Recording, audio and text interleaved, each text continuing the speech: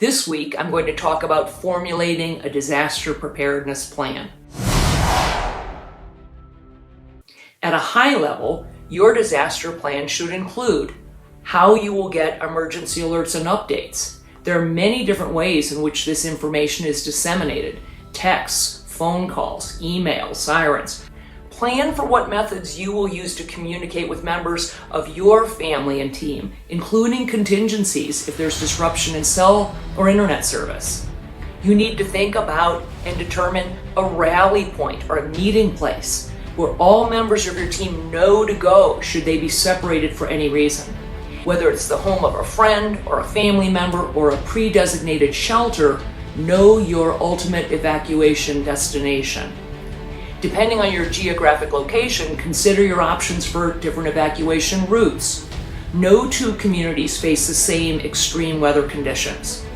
Be familiar with alternate routes and other means of transportation out of your area.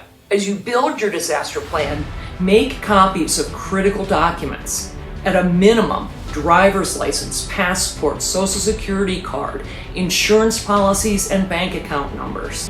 These documents can be placed in a gallon Ziploc bag and easily tucked into your go bag. Children, even very young children, should be included in your family disaster preparedness planning. Children have great capacity to manage in difficult situations if they've been prepared. They can understand the idea of being a team and that any successful team has a strategy and a game plan, and they talk through and practice that plan.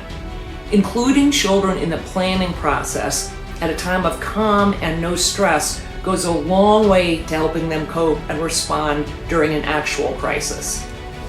Remember to plan for the needs of any and all pets, not only their needs for emergency food and water, plus medications, but also items like leashes or harnesses, travel crates, etc. Once you've developed the basics of your plan, be sure to review it regularly, at least every few months, to remind everyone about the key points and to make any necessary updates or additions. Now you have the basic outline for formulating a disaster preparedness plan.